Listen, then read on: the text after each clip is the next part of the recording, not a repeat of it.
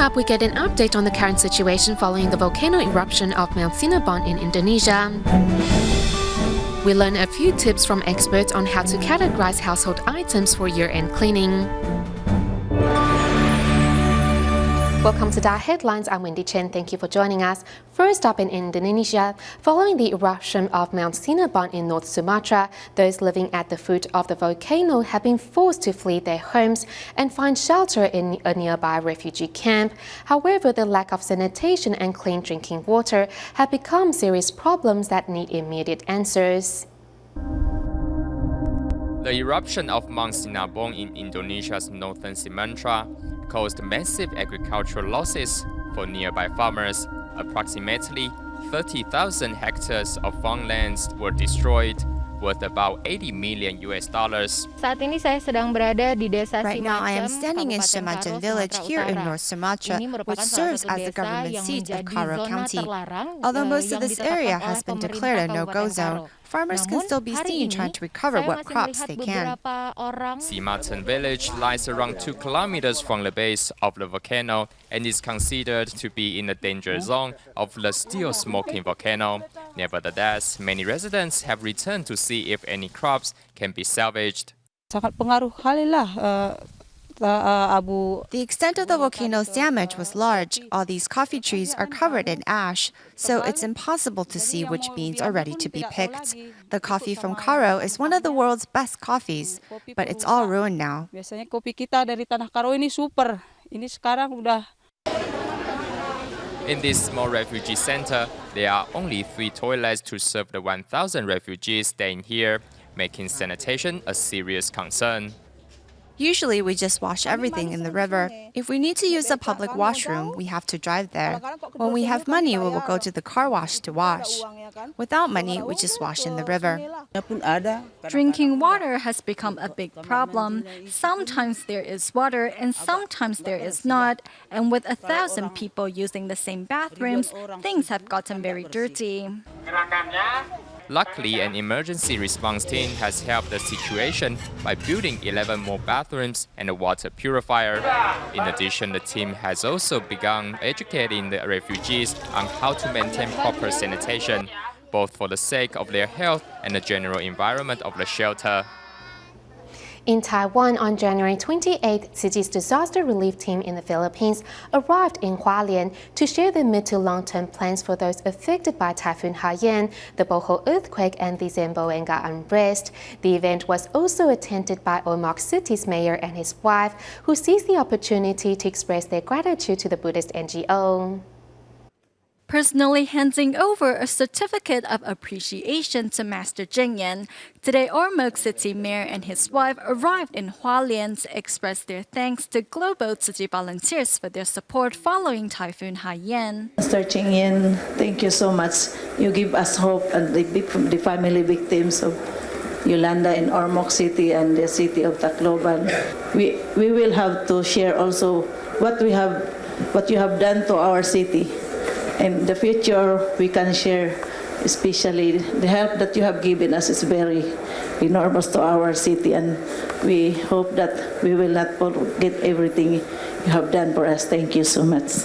On November 8, 2013, Typhoon Haiyan swept through the central Philippines. Following the disaster, Tzu Chi volunteers arrived in Ormoc, Leyte Province to help, and their efforts were strongly supported by the local government. 踏上了这一块土地，就已经看到了，市长与夫人呢都很关心，也是感恩你们的协助呢，让他们开始展开啦，要义诊，还有去关怀当地都能很顺利的。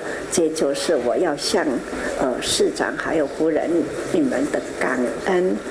更感恩呢，就是他们要到独路湾的这个工程车。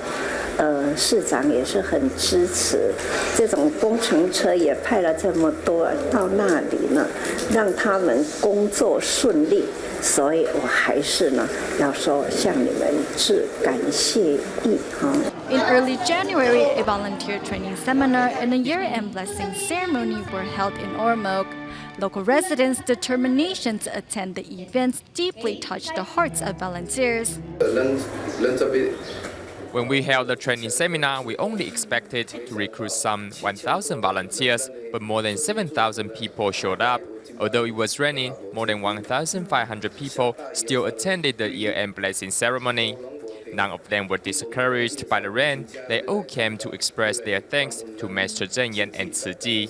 Thanks to volunteers' effort, Tacloban city has slowly returned to normal, with the local economy bouncing back. Tzu Chi volunteers arrived in Tacloban and provided us with tremendous help. A week after the disaster, I saw many people cleaning up the streets. Our economy is growing and slowly returning to normal. That's why we need to thank all the Tzu Chi volunteers. With the first stage of relief work in the Philippines completed, Tzu Chi volunteers promise to now provide mid- and long-term assistance to those devastated by Typhoon Haiyan, the Bohol earthquake, and the unrest in Zamboanga. Whether it is prefabricated classrooms or makeshift homes, the Tzu Chi Foundation will build these buildings with residents' needs in mind. Tacloban was once regarded as one of the most highly developed and urbanized cities in Leyte province of the Philippines. Today, the city has been reduced to a wasteland after Typhoon Haiyan, as disaster survivors struggle to rebuild their homes and lives after the calamity. What are their options for the future? Let's take a look. A symbol of peace, valor, and unity, the national flag of the Philippines is wrapped around a star of hope. It stands proud amid the rubble of devastation, reminding residents that they can overcome tragedy and rise again. The San Juanico Bridge is the longest bridge in the Philippines, connecting the islands of Samar and Leyte. Prior to the 1950s, Tacloban was just a small town in Leyte province. However, since 2008, it has been one of the fastest growing cities in the country. Before the storm, we were even actually targeting about 900 million pesos for a total income. So we were fast growing, fast moving. Coca-Cola is one of the biggest foreign investors in Tacloban, creating thousands of jobs locally. Now that the plant has resumed operations, workers are returning to their jobs after a 2-month period. I've lost my home. I just want to go and had a lot of money to buy anything. Commerce, industry, and agriculture are the main economic lifelines of the city. However, for the older generation of Tacloban, nothing delights them more than recollecting World War II, when under the command of General Douglas MacArthur, 170,000 troops successfully landed in Leyte to bring Japanese occupation of the island to an end. He promised when he left the Philippines, I shall return. On October 20 and 1 o'clock in the afternoon, he declared, I have returned. It's just a beautiful experience for us all. The site of General MacArthur's historic landing is one of the most popular attractions in Tacloban. However, this beautiful coastal city, now threatened by climate change, has become one of the country's more dangerous areas. Climatologists have observed a pattern of extreme weather conditions in the Philippines. When it rains, it really gives a heavy rain pour. Then when it is summertime, it really gives extreme high temperature in terms of Apart from irregular weather patterns, there have also been abnormal patterns of typhoon frequency. Number of the frequency of typhoon visiting region has been lessened, but the degree of typhoon, the level of typhoon has been a bit increased, like what we have this kind of Yolanda. After this storm, it's definitely a wake-up call that people now realize that climate change is real and it must be addressed. In his book, The Future, 6 Drivers of Global Change, former Vice President of the United States, Al Gore, points out that the number of people displaced by climate change and natural disasters could climb to 200 million by the end of the century. What's more alarming is that 2/3 of the world's population is concentrated in coastal areas, and that number continues to grow exponentially, especially in developing nations. In northern part of Tacloban City, we will be intensifying the mangrove rehabilitation in that particular area. Regardless of the various plans to rebuild the city, What remains certain going forward is that disaster prevention will be one of the first goals to tackle. You had gone through so much. We can go through another survival test. In Taiwan, after Typhoon Ophelia wiped out Hualien's Tongmen village and buried 36 residents in 1990, the village became the first in the nation to relocate due to its proximity to landslide danger zones. Since then, Tongmen villagers have become environmentally conscious of their surroundings and today have even enacted a water and soil conservation campaign to protect the land they call home. Clearing away fallen reserve seed trees blocking the roadway, a team from a local forest district office is stopped on their way down Mukumuji's mountain by Hualien's Tongmen residents.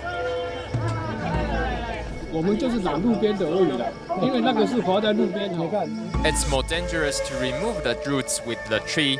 We hope in the future, no matter it's private or public sectors, if they enter our land, they should contact our office first. Under the forest protection movement, citizens submitted an action requiring dual approval for any construction in mountain areas. Organizations need not only government approval, but tribal approval as well. If they make a ditch or whatnot and change the flow of the water, then the area can easily lose soil. This then will cause the upstream area to collapse and disrupt vegetation. 这个是红块，好几颗呢哈。 1、2、3、4、5颗。 Before receiving an answer from the Forest Bureau, the logs continue to be in Tongmen residents' strict care. Why are the voices of the village so insistent? Because we are afraid of the same destruction happening again. The destruction the village head refers to has cast a long dark shadow on the entire village.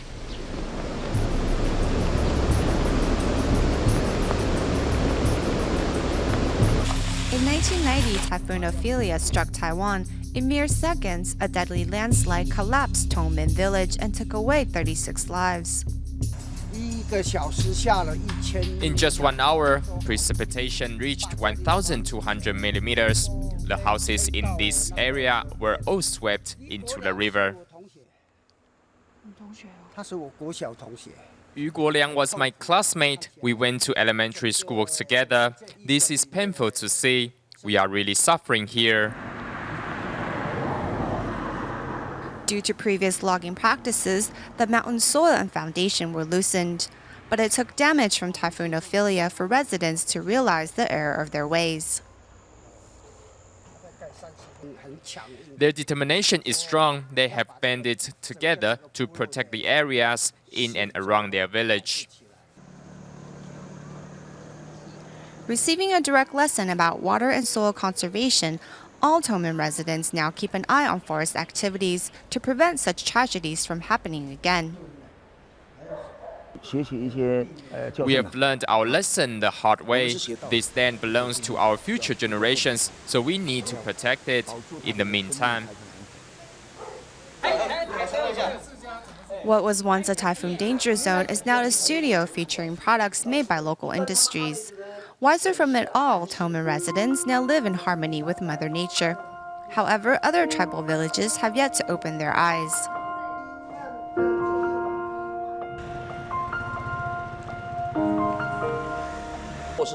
Their village is at the base of the mountain, and above them, fruit and vegetables are grown. Thinking about it, I'm afraid for them. If we do not learn from our past mistakes, but continue on depleting our natural resources, when tragedies strike, who can we blame except ourselves?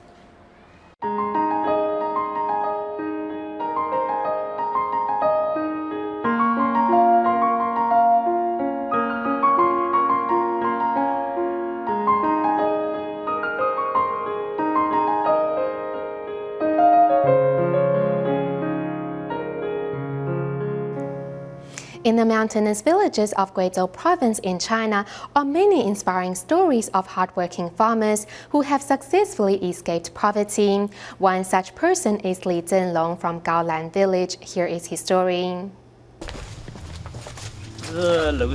Supported with a few wooden planks, this dilapidated thatched cottage was once where Li Zhenrong and his family of 8 lived. 外面睡的，在上面睡觉的，然后爬梯子上。对对，所以这是床铺。哇，以前睡这边应该很苦哈。对啊。对。风吹的时候会那个会吹进来。Inside the cottage is an old stone mill which Li Tianli had used since young to grind food to eat. Those difficult days did not perturb her. Rather, it was not having her parents around during her childhood that made her feel alone. 别人的爸爸妈妈都在身边。 Other people had their parents by their side. Sometimes I'd hear them call out to their mom and dad, while I could only reminisce about my own parents. Situated 1,100 meters above sea level, job opportunities are scarce here in the mountains. To support his family, Li Zhenrong had no choice but to leave home and find a job working in the fields in Guangxi. We can't grow crops such as wheat or rap plant here. We go out into the cities and learn some skills and hopefully try growing some crops ourselves. A barn filled with crops, Li's farming skills as well as his patience and perseverance yielded good harvests. Each year, Li harvests 2,700 kilograms of corn, several times more than his fellow villagers. 收成大概比你们多多少？一年比我们多1-2千。村里面多少人来找他学？很多人呢。 The jacket on Li is torn beyond repair, yet he is unwilling to throw it away. In his fellow villagers' eyes, Li's frugality and industry are his virtues. He is the eldest, so he works hard to support his family. He supported his 2 younger brothers through school, and he also managed to put his daughter through college. I have a heavy load to carry, so I have no time to rest. My daughter is in college now, so I'm happy about that. This beautiful and sturdy home is the result of Li's some 20 years of hard work. Now, with his 2 younger brothers living in the Tzu Chi village and his daughter in college, the weight on Li's shoulders has been lifted. Upon entering the Li home, one can see many portraits hanging on the wall. They are all the works of Tian Li, who is currently studying design in Guiyang. As his daughter shows us her works of art, Li Zhenrong couldn't be prouder of his little girl. 爸爸一直都很努力，把我们。 My father has worked very hard to raise me, so I also work hard at my studies. If I go find a part-time job like the others, perhaps my life would be the same and there would not be any change. And then my father would still have to work very hard to support us. 还是一样的辛苦。 Besides the year-end cleanup every family carries out before the Lunar New Year, some housewives will also take the opportunity to sort household items into categories, giving their house a fresh look for the year ahead. Here are some tricks on how to better manage your living room and bedroom. Clothes chucked everywhere and cupboards in a mess. This is probably a familiar scene for many at home. Experts suggest the first step to a good storage system is to fold up these clothes. This folding board will help us fold clothes to the exact same size. Even children can help their mom to quickly fold all the clothes. Baskets could be used to divide clothes into categories, while smaller items could be sorted in a different way. There are probably some ice cube trays which we don't use daily, so we can use it to store these small items. Necklaces, earrings and rings could be put into different divisions of the ice cube maker, next to the living room for another makeover. If we spread this all over the place, it wouldn't be so easy to take things out. But if we put them in category, it will be clear where things are placed. The corner of this living room looked like this before the cleanup, with toys, bags, clothing and other items stacked everywhere. Now there's even an area set aside to store food items. We put all the food together on this metal frame which we set up, and there are a few columns of spaces for storage. Children's toys are placed inside the drawers of a cabinet, allowing more space in the living room. When using these items, the children will recognize their area as space, and this will help them get into the habit of putting their belongings all in one place. Once items have been categorized, you can then think about whether they belong in this area or not, and go from there to further put them into boxes. We chucked many things away. It felt great. The teachers suggest functional items that haven't been used for over 2 years could be donated to those in need. This not only helps clear more space at home, but also gives these items a second lease of life. Next, we follow up on the ways to categorize household items in children's room and bathroom. Let's take a look. Inside this children's room, toys, books, and household items are found everywhere. In the corner, there's even a large jar filled with pickled vegetables. We can use a plastic sheet to prevent dust and block it away nicely. First, remove the jars with pickled food and store them under an open cupboard. Next, pack the children's clothing for different seasons in a drawer cabinet. The one advantage of storing clothes in a sealed bag is that you can save space because the air is squeezed out.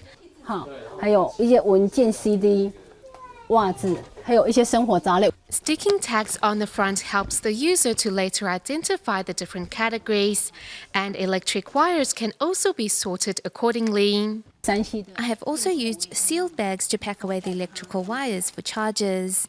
This housework management consultant says it only takes a little bit of white vinegar to clean stained walls and floors.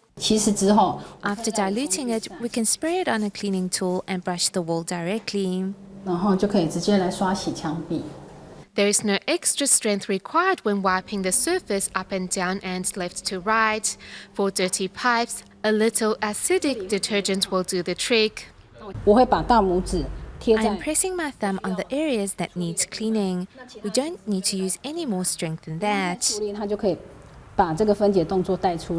Finally, wiping the surface with a wet cloth before letting it dry will return it to its original cleanliness. As for bathroom items, a layered metal frame can help keep things in order. As you can see, household chores are easy when using the right techniques and tools. Do you know why mustard greens are a popular dish during the Chinese New Year? In our next report, we learn more about the benefits of mustard greens and tips for preparing it for the Chinese New Year.